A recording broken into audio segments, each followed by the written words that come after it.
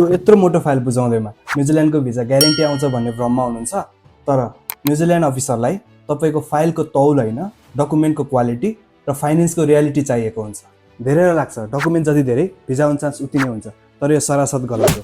तपाईँलाई चाहिने भनेको युनिभर्सिटीको offer letter, academic documents, financial documents, police report, medical report र अन्य केही डकुमेन्टहरू छन् जसले चाहिँ तपाईँलाई जेन्युन एन्ड बोनाफाइड स्टुडेन्ट भनेर चाहिँ प्रुभ गर्छ।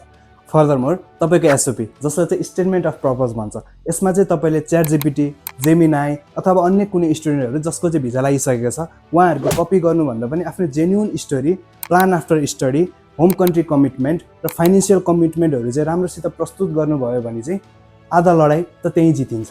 र अर्को सबैको सातो जाने पार्ट फाइनेन्स, जसमा चाहिँ वर्षको 20,000 New Zealand dollar living cost plus tuition fee यो देखाउनु पर्ने हुनेछ।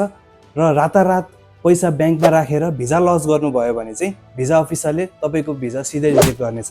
कम्तीमा 6 महिनाको ब्याङ्क ब्यालेन्स अथवा मान्यता प्राप्त ब्याङ्कहरू नोबेल, एसबिआई र स्ट्यान्डर्ड चार्टर्ड ब्याङ्कबाट एजुकेसन लोन लिनुभयो भने तपाईँको भिजा प्रोसेस अलि सजिलो हुन्छ। भिजा प्रोसेसलाई गाह्रो होइन, स्मार्ट बनाऊ। तपाईँको प्रोफाइल अनुसार के डकुमेन्ट चाहिन्छ, के कति फाइनेन्स चाहिन्छ भनेर आफ्नै टाउको दुखाउनुको साटो आजै हामीलाई कल वा मेसेज गर्नुहोस्। हाम्रो सर्टिफाइड काउन्सेलर र इमिग्रेसन लयरले तपाईँलाई जेन्युन गाइडेन्स दिनुहुनेछ। हस्, नमस्ते।